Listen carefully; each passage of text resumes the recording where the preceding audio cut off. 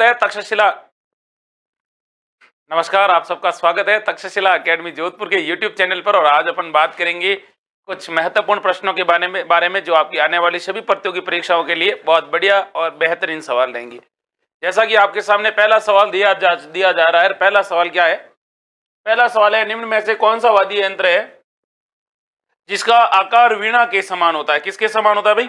वीणा के समान उसका आकार होता है। इसके बारे में आपको बताना है कि इनमें से कौन सा वाद्य यंत्र है जिसका आकार है वो किसके समान है? वीणा के समान है। फटाफट बताओ, ये चार ऑप्शन है आपके साथ।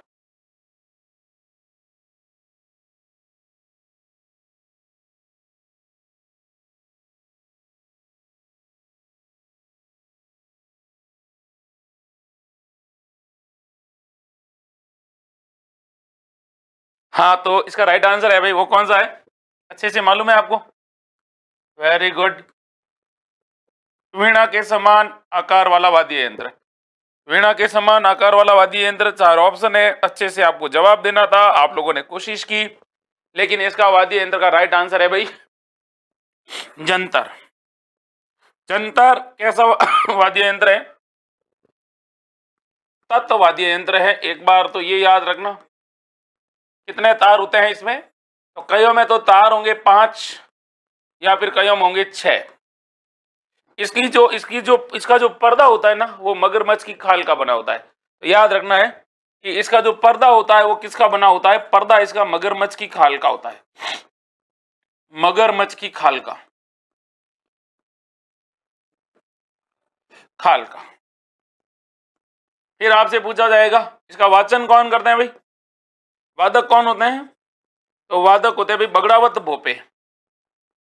बगड़ावत भोपे इनके वादक होते हैं। और उसके बाद आपसे क्या पूछा जाएगा कि किसकी फड़ का वाचन करते समय बजाया जाता है?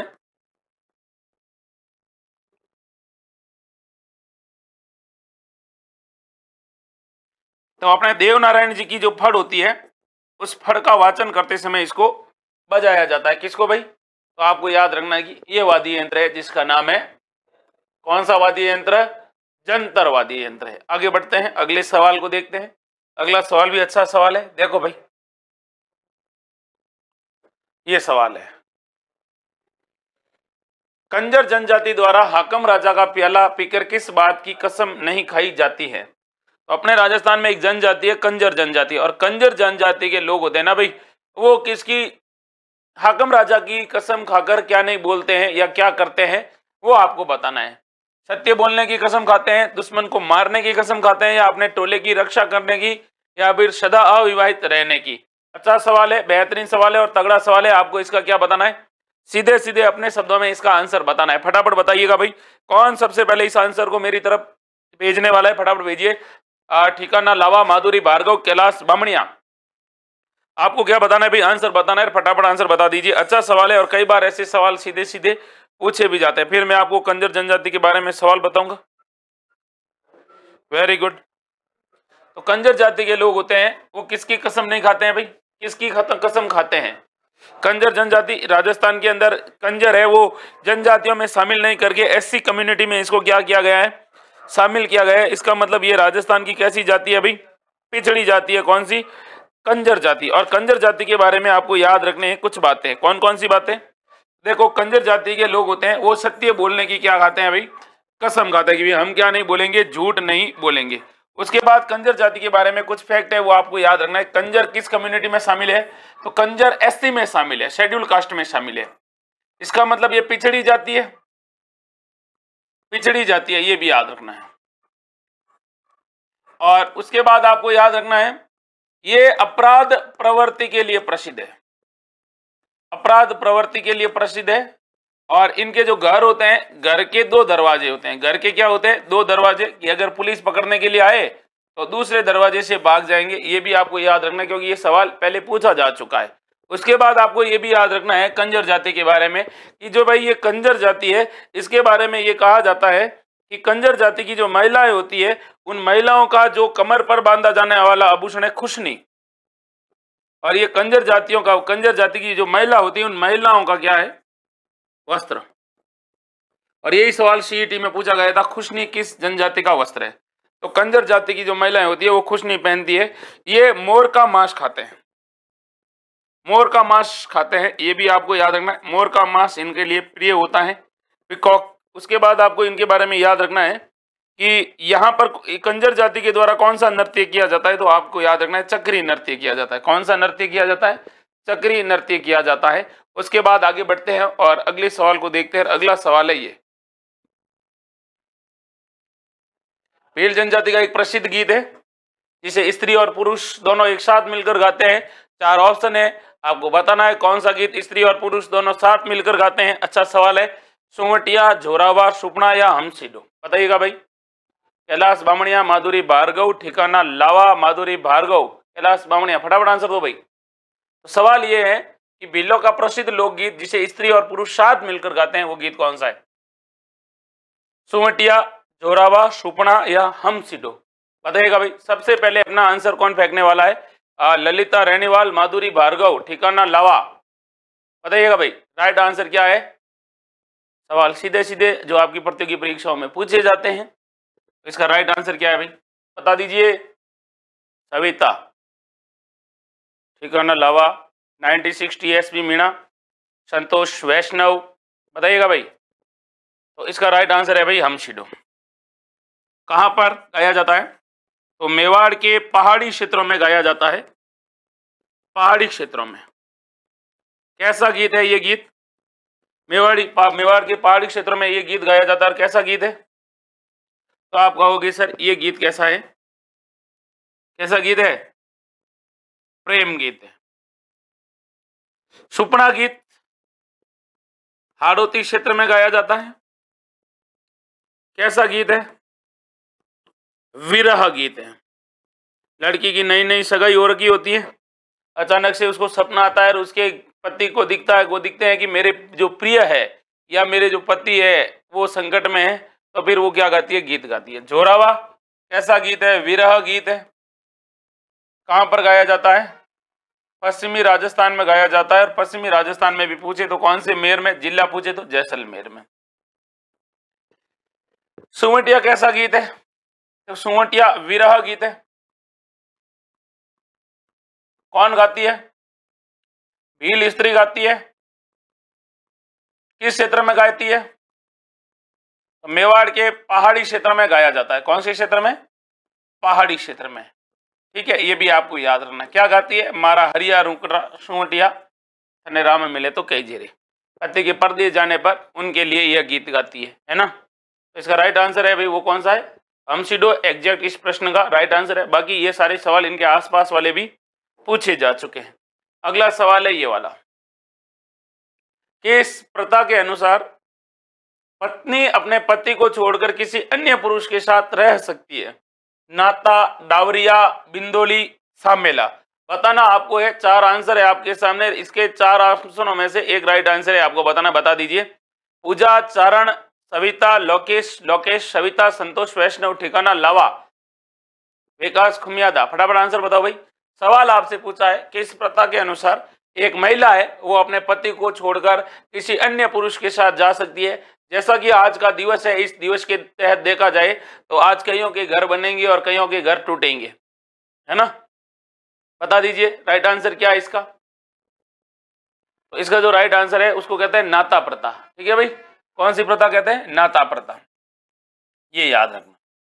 और नाता प्रथा सर्वाधिक प्रचलन किसमें है भाई? तो सर्वाधिक प्रचलन है भाई किसमें? भील जनजाति में। भील जनजाति में इसका क्या है? सर्वाधिक प्रचलन है। और कहते हैं कि इसमें महिला होती है शादीशुदा महिला अगर किसी व्यक्ति के साथ भाग जाती है या उससे विवाह कर लेती है तो उससे क्या लिया जाता है भाई? वधू मूल्य लिया जाता है।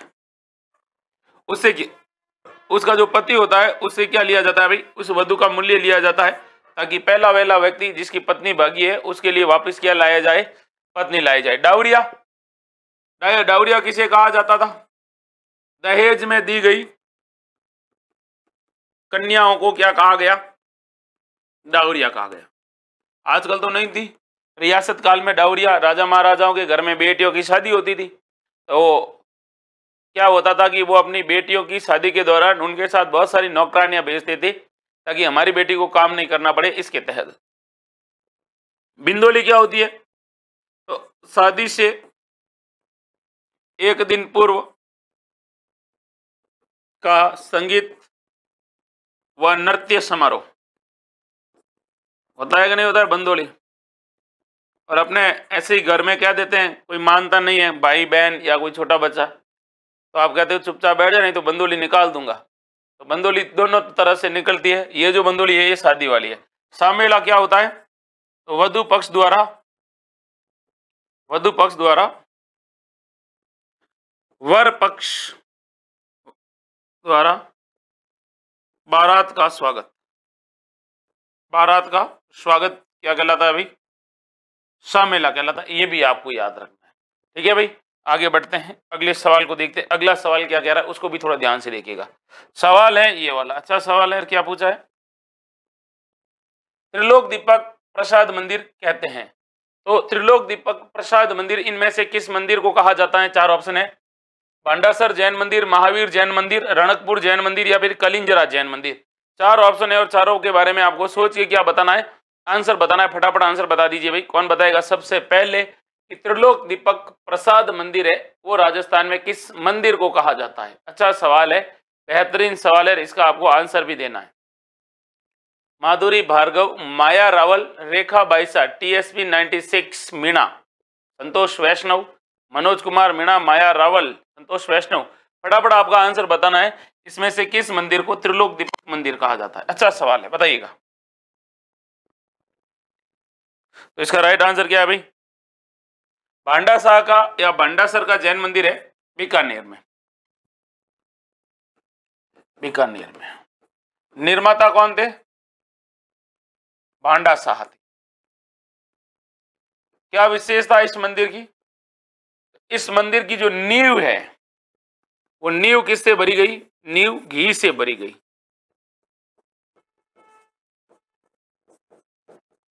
नींव किससे भरी गई?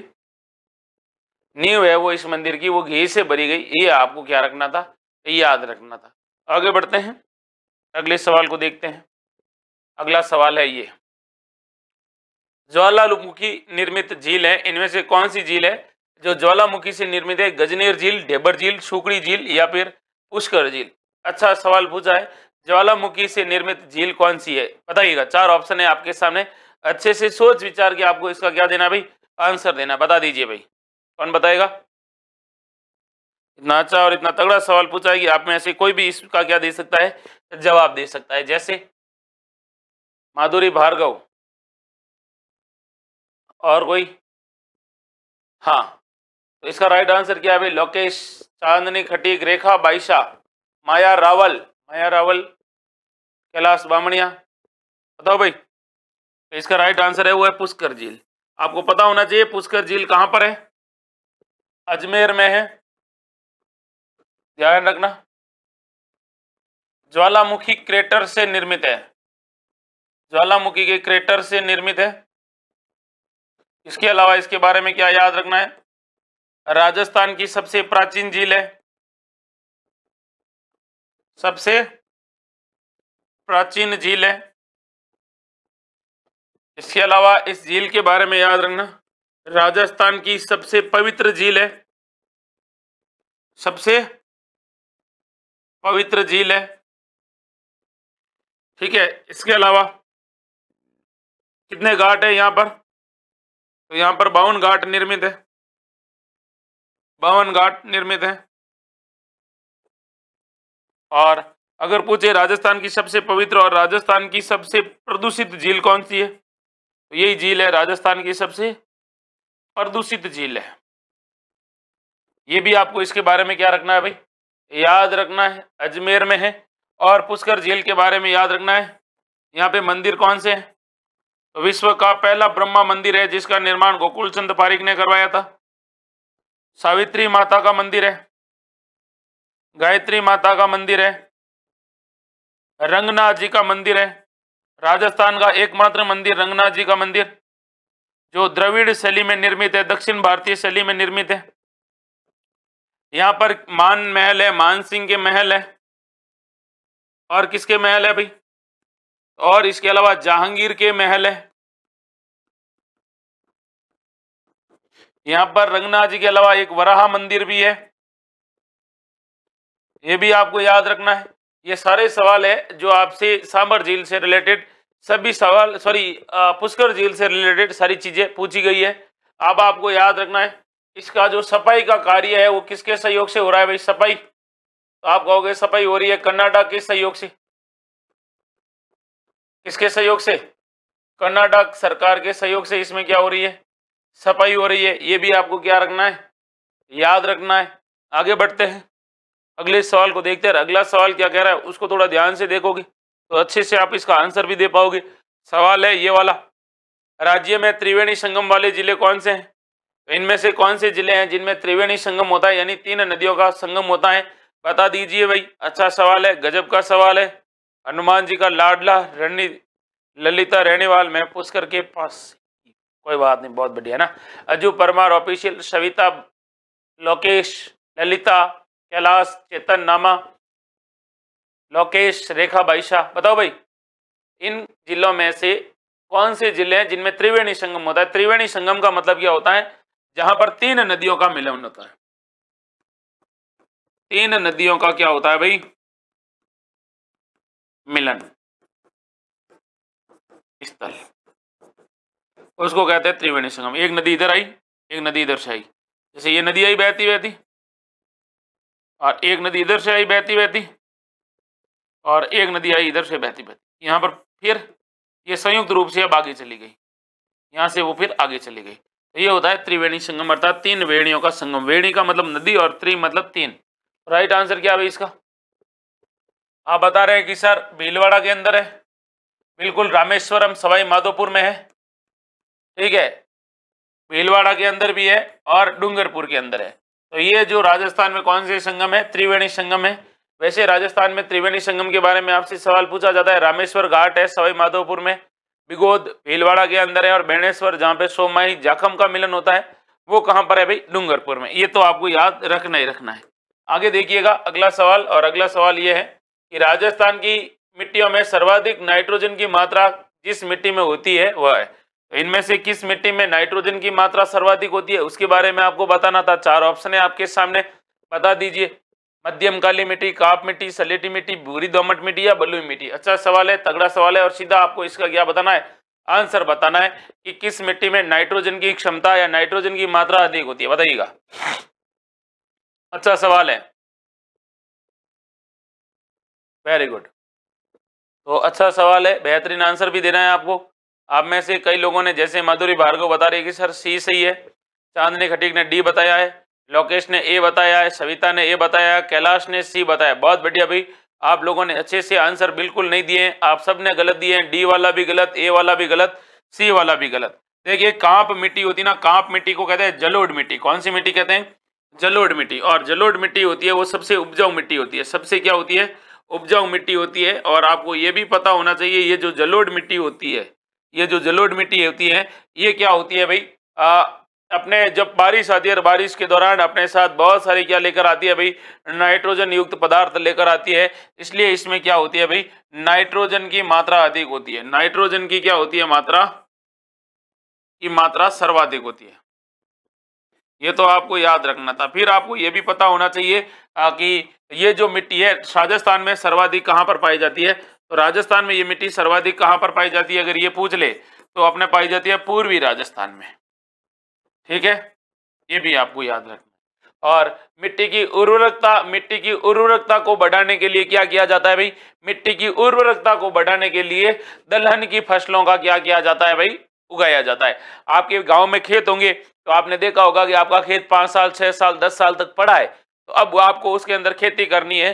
तो सबसे पहले हमारे गांव में हमारे जो घर में बड़े लोग हैं वो क्या कहेंगे भाई कि पहले अपन दलहन को बो, या तो दलहन या गवार वगैरह कुछ ऐसा बोया जाएगा जिससे कि उसकी उपजाऊपन क्षमता है वो बढ़ जाए। ये याद रखना है ना। आगे बढ़ते हैं, फिर अगले सवाल को देखते हैं। अगला सवाल क्या कह रहा है वो ये देखो। तो आप लोगों ने बिल्कुल तुक्काबाजी की है इस सवाल में, अगले सवाल में तुक्केबाजी नहीं करनी है। सवाल ये पूछा है राजस्थान में शुष्क सागवान के वन कहाँ पाए जाते हैं। तो राजस्थान में कैसे सागवान पूछे हैं, शुष्क सागवान वन कहाँ पाए जाते हैं? पश्चिमी राजस्थान में, आबू पर्वतीय क्षेत्र में, डूंगरपुर, बांसवाड़ा में, अलवर व भरतपुर में। अच्छे से आपको इसका क्या देना है, आंसर देना है। राजस्थान में कैसे वन, शुष्क सागवान वन है, ये कहाँ पाए जाते हैं। अच्छा सवाल है ये, और कई बार प्रतियोगी परीक्षाओं में पूछे भी गए हैं ये सवाल। तो बता दीजिए भाई, कौन बताएगा सबसे पहले। कैलाश बामणिया फ्रॉम बांसवाड़ा, अज्जू परमार ऑफिशियल, हनुमान जी का लाडला, बताइएगा भाई। सवाल अच्छा है, एकदम सीधा सीधा सटीक सटीक जवाब है। ठिकाना लावा, बताओ भाई। लोकेश, और किसी ने नहीं बताया भाई। माया रावल, अशोक धुमड़ा। बिल्कुल, हमारे राजस्थान में डूंगरपुर और बांसवाड़ा जिले में कैसे वृक्ष पाए जाते हैं भाई, शुष्क सागवान के वृक्ष पाए जाते हैं। शुष्क सागवान का उपयोग कहां पर होता है, तो इनका उपयोग होता है भाई कहां पर, फर्नीचर बनाने में। क्या बनाने में, फर्नीचर बनाने में इनका उपयोग होता है। पैकिंग की सामग्री बनाने में इसका उपयोग होता है, और गोंद निर्माण में इनका उपयोग होता है। और इसके अलावा किसका निर्माण, किसके निर्माण में भाई, फर्नीचर के अलावा गोंद पैकिंग वाले डब्बे बनाने में इसका उपयोग होता है। आगे बढ़ते हैं, और अगला सवाल है ये वाला। सवाल क्या पूछा है सवाल ये पूछा है, एक व्यक्ति अधिकतम कितनी बार राज्य का मुख्यमंत्री बन सकता है। तो एक व्यक्ति है वो राजस्थान का या किसी भी राज्य का कितनी बार मुख्यमंत्री बन सकता है, वो आपको बताना है। आपके सामने 4 ऑप्शन है, एकदम तगड़े तगड़े सवाल है, तगड़े से आपको आंसर भी देने हैं, और कितनी बार बन सकता है ये भी आपको बताना है। बताइएगा भाई, कौन बताएगा सबसे पहले। अभी तक सबसे पहले किसी ने बताया नहीं है, कैलाश बामणिया। एक व्यक्ति कितनी बार बन सकता है भाई, माया रावल नहीं बता सकती है, कोई बात नहीं। और नवीन सैनी, चलो कोई नहीं। तो देखो, मुख्यमंत्री 5 बार, 4 बार, 3 बार, कोई सीमा नहीं है। आप जब तक चाहो तब तक बन सकते हो। तो डी ऑप्शन राइट है, ये आपको याद रखना है। एक व्यक्ति जितनी बार चाहे, जितनी बार क्या बन सकता है, राज्य का मुख्यमंत्री बन सकता है। फिर देखिएगा अगला सवाल क्या कह रहा है। सवाल पूछा है, राजस्थान में संसदीय सचिव बनाने की जो व्यवस्था है वो कब से प्रारंभ हुई। तो अपने राजस्थान में जो संसदीय सचिव बनाने की जो व्यवस्था है ये कब से प्रारंभ होती है, ये आपको बताना है। 4 ऑप्शन है आपके सामने, और अच्छे से आपको इनका क्या देना है, जवाब देना है। बता दीजिए। सवाल बढ़िया है, अच्छा सवाल है, और ये सवाल पहले पूछा भी गया है। 61, 1961, 1962, 1967, 1972। तो बता दीजिए, सीधा सवाल और सीधे से आपको आंसर बताना है। बताओ भाई, कौन बताएगा सबसे पहले। हाँ, चांदनी खटीक। और भाई कैलाश बामणिया। सीधा सवाल है भाई, अज्जू परमार ऑफिशियल, माधुरी भार्गव। तो देखो भाई, सवाल जब आपसे ऐसे पूछे जाएंगे कि राजस्थान में संसदीय सचिव बनाने की जो व्यवस्था है वो कब से शुरू होती है, ये शुरू होती है भाई 1967 में। याद रखना कि जो ये संसदीय सचिव होता है ना, इस संसदीय सचिव की नियुक्ति कौन करता है, तो इसकी जो नियुक्ति करता है ये भी पूछा गया है। इसकी नियुक्ति कौन करेगा, तो इसकी नियुक्ति की जाती है मुख्यमंत्री द्वारा। किसके द्वारा की जाती है, मुख्यमंत्री के द्वारा। इसीलिए ये किसके प्रति उत्तरदायी होते हैं भाई, किसके प्रति जवाबदेही होते हैं। तो ये जवाबदेही किसके प्रति होते हैं, तो ये जवाबदेही भी मुख्यमंत्री के प्रति ही होते हैं, ये भी आपको याद रखना है ना। तो और ये इनका जो संविधान में उल्लेख नहीं है, इनका संविधान में क्या नहीं है, संविधान में उल्लेख नहीं है, ये भी आपको याद रखना है। संविधान में इनका क्या नहीं है, बिल्कुल ही क्या नहीं है, उल्लेख नहीं है। आगे बढ़ते हैं और अगले सवाल को देखते हैं। अगला सवाल है ये वाला कि मकराना में मिलने वाले विश्व प्रसिद्ध संगमरमर है वो किस किस्म का है। अच्छा सवाल पूछा है। मकराना का जो संगमरमर है जो पूरे विश्व का प्रसिद्ध है, और आपको ये भी पता होना चाहिए कि ये जो मकराना का जो संगमरमर है इसके बारे में पूछा जाता है तो इसको जीआई टैग दिया जा चुका है। और आगरा का जो ताजमहल है, आगरा का ताजमहल, वो भी क्या है, वो यहाँ का बना हुआ है। ये फर्स्ट प्रसिद्ध इसलिए है क्योंकि ये जो ताजमहल है वो यहीं से बना हुआ है। सबसे बड़ी बात, आप इनके बारे में क्या जानना चाहोगे कि ये जो मकराना का जो संगमरमर है ये एकदम क्या होता है, सफेद संगमरमर है, एकदम प्योर सफेद संगमरमर है। इसके अंदर किसी प्रकार की कोई क्या नहीं है, मिलावट नहीं है, किसी प्रकार का कोई दूसरी कलर इसके अंदर नहीं दिखता है। अब इसका राइट आंसर क्या है, तो आप लोग बता रहे हो कि सर डोलामाइट है। अरे डोलोमाइट तो नहीं है यार, इसका राइट आंसर है कैल्साइट। क्या है भाई? कैल्साइट सही है। कैल्साइट है या डोलोमाइट है या सिलियस है या मार्बोनाइट है? तो बताइएगा भाई। अच्छा सवाल है और बेहतरीन सवाल है। डोलोमाइट क्यों कर रहे हो आप? सबने एक जैसा आंसर ठोक दिया है, डोलो। और ये सवाल मैंने दूसरी बार रिपीट किया है आपके सामने, संगमरमर वाला। तो इसका राइट आंसर क्या है भाई? कहना राम ठिकाना लावा, अजू परमार ऑफिशियल। नहीं, गलत आंसर दे रहे हो आप, सोच के जवाब दो। हाँ, कोई देगा इसका राइट आंसर? सोच के जवाब दो भाई। मकराना का जो है वो कौन सी किस्म का है? अरे ये कैल्साइट है, कैल्साइट। ठीक है। और आपको ये भी याद रखना है कि सर्वाधिक सबसे बड़ी मंडी कहां पर है?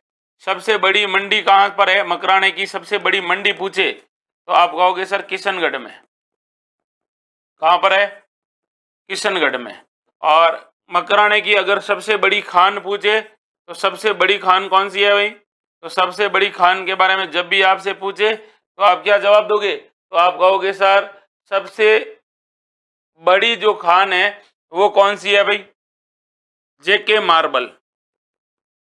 जेके मार्बल कहां पर है? राजसमंद में। और आपसे पूछा जाएगा कि सर्वाधिक उत्पादन कहां पर हो रहा है? तो वर्तमान में जो संगमरमर का सर्वाधिक उत्पादन हो रहा है वो कहां पर हो रहा है? वो हो रहा है भाई राजनगर में। और राजनगर कहां पर है? तो राजनगर है राजसमंद में। कहां पर है भाई? राजसमंद में। ये भी आपको क्या रखने हैं?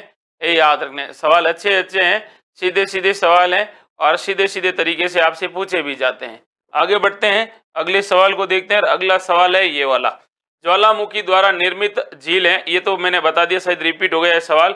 ये भी सही, ये जैसे कैसे हुआ? ब्रज महोत्सव कहाँ मनाया जाता है? बताओ, ब्रज महोत्सव कहाँ मनाया जाता है? चार ऑप्शन है आपके सामने और बेहतरीन सवाल है। ब्रज महोत्सव के बारे में पूछा, बताओ। अलवर, भरतपुर, दौसा, सवाई माधोपुर। और पूछा कौन सा महोत्सव है? ब्रज महोत्सव है। फटाफट आंसर बताइएगा भाई। चार ऑप्शन है आपके सामने, सीधे सीधे आपको आंसर देने। अच्छा सवाल है, तगड़ा सवाल है। ब्रज महोत्सव कहाँ मनाया जाता है? तो ऐसे सवाल जब भी अपनी प्रतियोगी परीक्षाओं में पूछे जाते हैं तो हमें डटकर सामना करना होता है प्रश्नों का, और उन प्रश्नों का सीधे तरीके से अपने को क्या बताना पड़ता है भाई? आंसर बताना पड़ता है। बता दीजिए भाई, राइट आंसर क्या है इसका? वेरी गुड, बताओ भाई। अच्छा सवाल है। ब्रज महोत्सव मनाया जाता है कहां पर? भरतपुर में। तो यहां पर क्या मनाया जाता है भाई? मत्स्य महोत्सव मनाया जाता है। एक उत्सव जो आपसे पूछा भी जा सकता है, माही महोत्सव कहां मनाया जाता है? माही महोत्सव मनाया जाता है भाई कहां पर? डूंगरपुर में। यह भी आपको याद रखना है। मरु महोत्सव जैसलमेर में।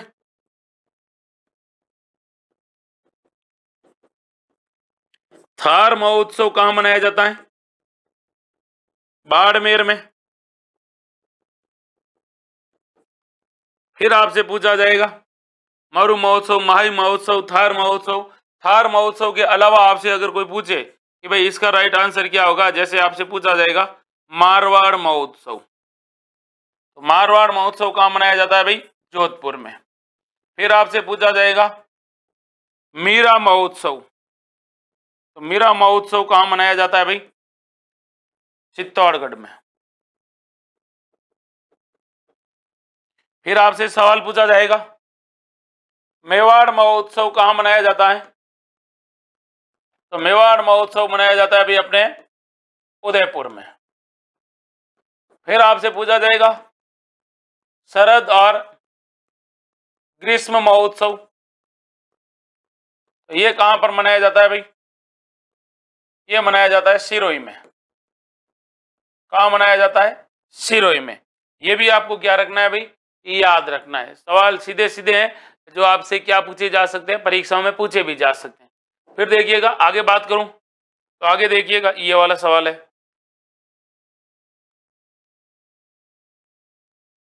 वह महिला जिसे मारवाड़ की नूरजहां कहा जाता है। अब मारवाड़ की नूरजहां किसे कहा जाता है? बताओ, चार ऑप्शन है आपके सामने। गुलाब राय, अनारा बेगम, रश कपूर या गुलाब देवी? बताओ भाई। मारवाड़ की नूरजहां किसे कहा जाता है? अच्छा सवाल है, बेहतरीन सवाल है। और ये महिलाएं जिनका नाम दिखा है, ये क्या हुआ करती थी? पासवान होती थी। पासवान का मतलब होता है प्रेमिका, जिसको कहते हैं प्रेयसी, जिसके लिए वर्तमान में एक शब्द का प्रयोग होता है, वो होता है महिला मित्र। हिंदी में क्या कहते हैं इसको? महिला मित्र कहते हैं। और इंग्लिश में तो आप मुझे बता ही दोगे क्या कहते हैं कमेंट सेक्शन में, इतने तो आप होशियार हो। बताओ राइट आंसर क्या है इसका? गुलाब राय को, अनारा बेगम को, रश कपूर को या गुलाब देवी को? तो आपसे सवाल ये पूछा है कि मारवाड़ की नूरजहां अपने किसे कहा जाता है? चार ऑप्शन है और चारों ऑप्शनों में से आपको बताना है किसे कहा जाता है। अच्छा सवाल है, बेहतरीन सवाल है। मन्नू फ्रॉम गंगानगर से पहली बार आए और पहली बार भी आंसर दे दिया है। मन्नू गंगानगर, ठिकाना लावा, कैलाश इनकिया। बताओ भाई, सवाल पूछा है मारवाड़ की नूरजहां किसे कहा जाता है? सोच के जवाब देना है, गलत जवाब नहीं देना है, क्योंकि गलत जवाब दोगे तो मामला गड़बड़ होने वाला है। अच्छे से आपको इसका क्या देना है? आंसर देना है। तो फटाफट बताओ भाई, मारवाड़ की नूरजहां किसे कहा जाता है? फिर मैं आपको बताऊंगा। जोधपुर के एक शासक थे जिनका नाम था विजय सिंह। क्या नाम था? विजय सिंह। और ये विजय सिंह की क्या हुआ करती थी? पासवान। क्या हुआ करती थी? पासवान। और इसे क्या कहा जाता है भाई? जहांगीर का नमूना। जहांगीर का क्या कहा जाता है? नमूना कहा जाता है। और इसे क्या कहा जाता है? मारवाड़ की नूरजहां कहा जाता है। अनारा बेगम कौन थी? तो ये जसवंत सिंह थे ना, जसवंत सिंह प्रथम। जसवंत सिंह सेकंड की क्या थी ये? सॉरी, गज सिंह सेकंड थे, उनकी क्या थी? गज सिंह की प्रेमिका थी। गज सिंह की प्रेमिका अनारा बेगम। रस कपूर जयपुर के जगत सिंह थे ना, जयपुर के जगत सिंह। और जयपुर के जगत सिंह की प्रेमिका थी, पासवान थी। और इसे जयपुर का बदनाम शासक और इसे जयपुर की नूरजहां कहा जाता है। ये भी आपको क्या रखना है? याद रखना है ना। तो ये क्या हुआ करती थी? पासवान को प्रेमिका, प्रेयसी, महिला मित्र, या फिर इसके लिए सीधा सवाल क्या पूछा जाता है इंग्लिश में, जिसके बारे में कहा जाता है, जिसको GIRLFRIEND कहते हैं, गर्लफ्रेंड शब्द का प्रयोग होता है। जैसे बॉयफ्रेंड, गर्लफ्रेंड, है ना। तो ये सारे ऐसे सवाल पूछे जाते हैं। हालांकि ये वाले तो आपको याद रखने, परीक्षा पे सिलेबस में नहीं है, ये सिलेबस में ना, लेकिन हमेशा गलत चीजों के प्रति इंटेंशन पहले जाता है, ये भी आपको पता है। कई लोगों ने, एक दिन तो मैं जब पढ़ा रहा तो कहा कि सर पासवान का मतलब स्टेपनी होता है। अरे मैंने कहा भाई साहब तू तो बड़ा पहुंचा हुआ आदमी निकला रे, है ना। तो स्टेपनी विस्टेपनी नहीं कहना है कि सर स्टेपनी होती है, नहीं होती है। पासवान पासवान होती है, प्रेमिका प्रेमिका होती है। आगे बढ़ते हैं, अगले सवाल को देखते हैं। अगला सवाल क्या कह रहा है उसको ध्यान से देखो। अगला सवाल है ये, हाँ, मेवाड़ के महाराणा जगत सिंह की दाई नौजू दाई का मंदिर कहाँ बना हुआ है, जिसे धाई मंदिर भी कहा जाता है? चार ऑप्शन है, राजसमंद, चित्तौड़गढ़, नागौर और उदयपुर। बताओ भाई, चारों में से राइट आंसर क्या है आपको बताना है। अच्छा सवाल है।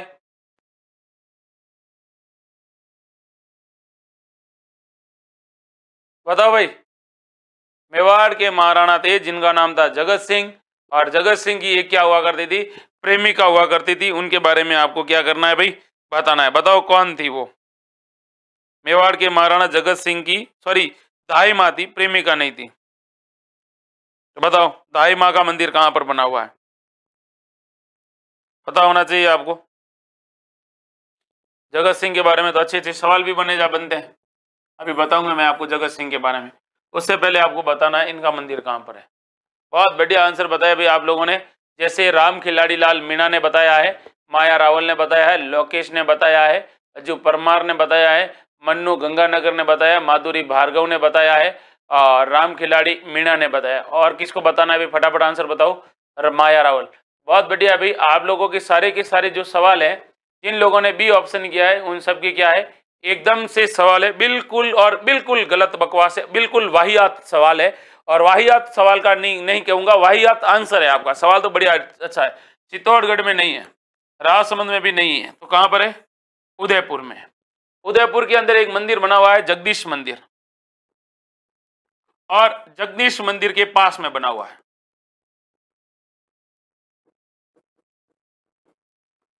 इसको धाई मंदिर भी कहा जाता है। कौन सा कहा जाता है भाई? धाई मंदिर भी कहा जाता है। गोपाल डामोर ने भी कहा कि सर बी, अब तो सुधर जा भाई।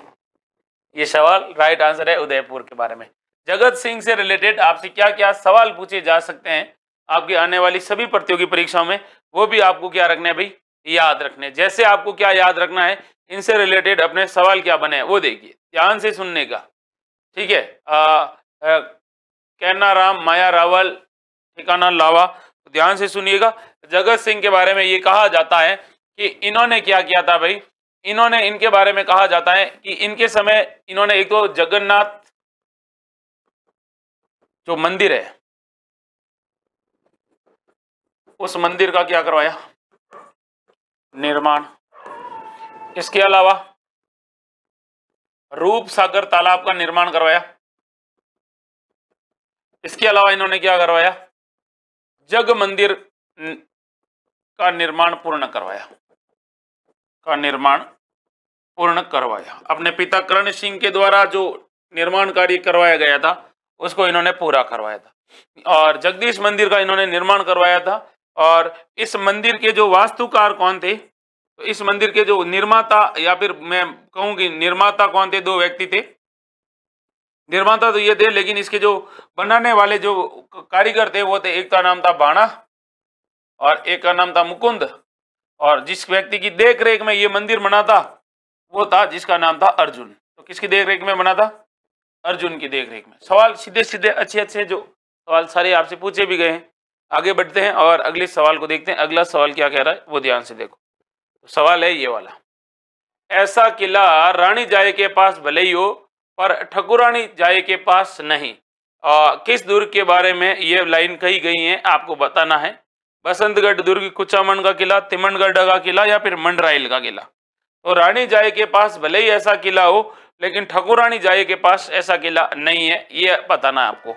बताइए भाई। कैलाश बामणिया, ममता शर्मा, अज्जू डामोर, अज्जू परमार, सविता राम खिलाड़ी मीणा, ममता शर्मा, मन्नू फ्रॉम गंगानगर, कैनाराम, ठिकाना लावा, माया रावल, नितिका शर्मा। बताओ भाई।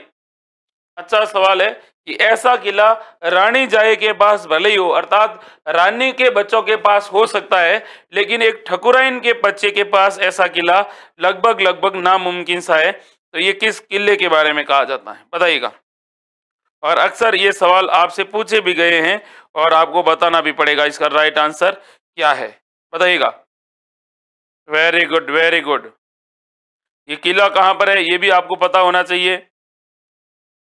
फिर मैं आपको इस किले के बारे में कुछ जानकारी दूंगा, बताइएगा। हाँ, रानी जाए के पास भले ही हो लेकिन ठकुरानी जाए के पास नहीं है। कौन सा किला है भाई? ये किला है अपने कौन सा? कुचामन का किला। कुचामन का किला किस जिले में है? नागौर जिले में है। इस किले के बहुत सारे उपनाम है। पहली बात तो आपसे पूछा जाएगा इसका उपनाम क्या मिलता है? इसे कहा जाता है जागीरी किलों का सिरमौर। जागीरी किलों का क्या कहा जाता है भाई? सिरमौर कहा जाता है। पहली बात तो ये याद रखना है। उसके बाद इस किले के बारे में क्या याद रखना है कि ये जो किला है इसके निर्माता कौन थे? इसको कहा जाता है अणखला दुर्ग। अणखला दुर्ग भी कहते हैं। इस किले के उपनामों में याद रखना। फिर आपसे सवाल पूछा जाएगा इसके निर्माता कौन थे? तो इसके निर्माता थे जालिम सिंह ठाकुर। कौन थे? जालिम सिंह ने, कहते हैं कि एक कोई साधु थे जिनका नाम था वनखंडी महात्मा। इसमें मारवाड़ रियासत की टकसाल भी थी, मारवाड़ रियासत की टकसाल। और इस टकसाल के अंदर कुछ सिक्के बनते थे और इन सिक्कों में आपको याद होगा नाम इकती संदा सिक्का। और इकती संदा सिक्का है वो इसी किले के अंदर डाला गया था। ये भी आपको क्या रखना है? ये याद रखना है। बाकी इस किले के बारे में ऐसा कहा जाता है कि प्राचीन काल में कुचामन को क्या कहा जाता था? तो प्राचीन काल में कुचामन को कहा जाता गोडाटी। क्या कहा जाता? गोडाटी कहा जाता था। ये भी आपको क्या रखना है? याद रखना है। फिर आपको ये भी याद रखना है इस किले के बारे में ये लाइन प्रसिद्ध है। ये सारे सवाल जो आपको क्या रखने हैं भाई? याद रखने हैं, जो आपकी प्रतियोगी परीक्षाओं में पूछे जा सकते हैं। आगे बढ़ते हैं। अगले सवाल को देखते हैं। राणा कुंभा द्वारा निर्मित कुशाल माता का मंदिर कहाँ स्थित है? तो राणा कुंभा ने एक मंदिर का निर्माण करवाया था जिसका नाम है कुशाला माता का मंदिर, और कुशाला माता का मंदिर अपने राजस्थान में कहाँ पर है बताना है आपको। 4 ऑप्शन है आपके सामने, अच्छे से आपको आंसर देना है, ठीक है भाई। और आप लोगों को कई बार क्या होता है कि हमारा टाइम ऊपर नीचे हो जाता है, आप लोगों को शेड्यूल का सही पता नहीं चलता है, इसलिए मैं आप लोगों की सहूलियत के लिए एक नंबर लिख रहा हूँ यहाँ पे 637504346। ये जो नंबर है ये मेरे खुद का नंबर है। यहाँ पे आप क्या कर सकते हो, व्हाट्सएप कर सकते हो, और कॉल तो भाई साहब करना मत, और करो तो अभी जब मैं फ्री रहूँ तभी कर, हो सके तो उठा पाऊंगा, पहले नहीं उठा पाऊंगा। तो ये नंबर आप नोट डाउन कर लेना अपने फ़ोन में, और अपना नाम लिख के सेंड कर देना ताकि मैं आपके नाम से सेव कर दूं, और आपको किसी प्रकार से राजस्थान जीके की किसी भी टॉपिक है, लेटेस्ट डाटा है, लेटेस्ट आंकड़े हैं, चाहे Rajasthan economics, Rajasthan polity, Rajasthan geography, या फिर राजस्थान करंट से रिलेटेड कोई भी इश्यू आए या कोई भी टॉपिक जिसमें आपको दिक्कत आए, वो इस नंबर पे मेरे को बता देना। मैं आपको बता दूंगा कि आपकी ये प्रॉब्लम है, आपका सोल्यूशन हो जाएगा जैसे ही मैं व्हाट्सएप सीन करूंगा। तो ठीक है भाई, तो ये भी आपको याद रखना है, ये आपके लिए है, टर्म्स एंड कंडीशन है कि फालतू के मैसेज और फालतू के फ़ोन नहीं करें, और फालतू के ग्रुप में इस नंबर को नहीं ऐड करें, है ना। तो ये भी आपको याद रखना है। तो राइट आंसर क्या है भाई इसका, बता दीजिए। अच्छा सवाल है और अच्छे से आपको इसका आंसर भी देना है, फटाफट बताओ भाई। 4 ऑप्शन आपके सामने है, कहाँ पर है भाई?